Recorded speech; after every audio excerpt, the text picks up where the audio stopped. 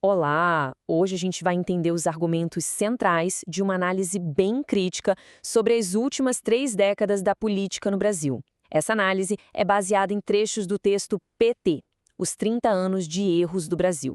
A ideia aqui é simplesmente explicar passo a passo qual é a perspectiva apresentada por essa fonte.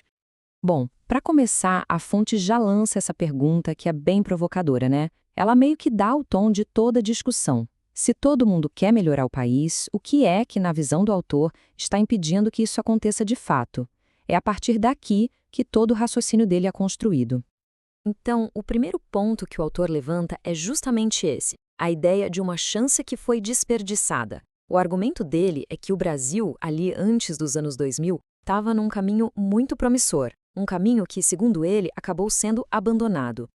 De acordo com o texto, esse momento foi crucial. Pensa bem, depois de décadas de uma estabilidade econômica gigantesca, finalmente ter uma moeda estável e a inflação sob controle, isso representava, na visão do autor, a grande chance do Brasil se tornar o que ele chama de um país sério. E é bem aqui que a fonte aponta uma virada de chave, sabe? De um lado, a gente tinha essa estabilidade que foi conquistada com muito esforço nos anos 90. Do outro lado, o que o autor vai chamar de atalho dos anos 2000. Um caminho que, na visão dele, trocou as reformas estruturais por promessas e gastos desenfreados.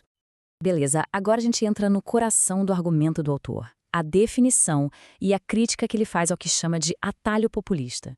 Esse conceito aqui é a peça central para a gente entender todo o resto do raciocínio dele.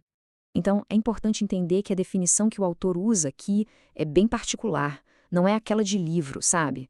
Para ele, o populismo seria um tipo de mecanismo que, primeiro, cria uma dependência do Estado e logo em seguida acaba punindo a autonomia, a iniciativa de cada um. E partindo dessa ideia, o autor argumenta que o papel do Estado mudou completamente.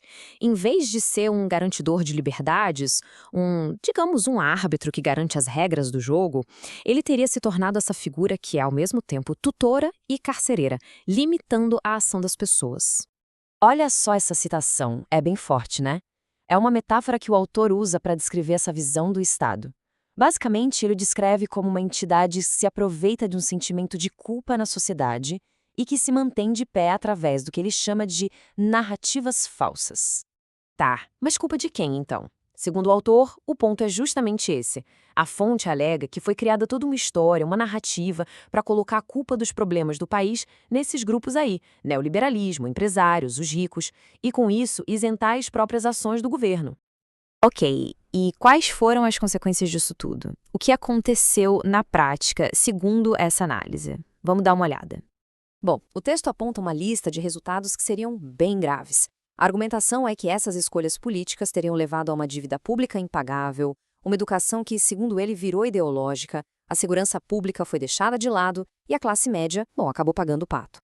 E aqui vem um dos pontos que o autor considera mais críticos, a ideia de uma inversão total de valores. A narrativa que ele descreve é a de um sistema que passou a funcionar de um jeito em que quem produz, quem inova, quem corre atrás é visto como culpado. E, por outro lado, a ineficiência é tratada como se fosse uma virtude. Certo. E como fica o debate de ideias nesse cenário? Pois é, segundo a fonte, não tem muito debate. A discordância seria neutralizada com rótulos. Se alguém questiona o modelo, essa pessoa é rapidamente taxada de elitista, fascista ou de não ter empatia.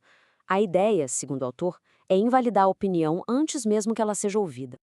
Mas aí fica a pergunta, né? Se as consequências na visão do autor foram tão ruins, por que esse ciclo continuaria se repetindo? É isso que ele tenta responder agora, focando nessa ideia de repetição e de memória política. E essa linha do tempo ilustra bem o período que o texto analisa. Ao mostrar as eleições de 2002, 2006, 2010, 2014 e depois 2022, a fonte foca a sua análise crítica na longa permanência de governos do Partido dos Trabalhadores ao longo dessas décadas. Para reforçar esse ponto, o autor usa mais uma metáfora bem impactante. É quase um alerta sobre a natureza do poder, né? A ideia que ele quer passar é de uma promessa de abertura que, na visão dele, se transforma num sistema fechado e controlado assim que o poder se consolida. E, no fim das contas, a análise da fonte nos deixa com essa pergunta no ar. Ela não oferece uma resposta definitiva. É mais uma provocação final, que convida a gente a refletir, se esses padrões que o autor descreveu são um ciclo inevitável ou se é algo que pode ser quebrado. É com esse pensamento que ele encerra a crítica dele.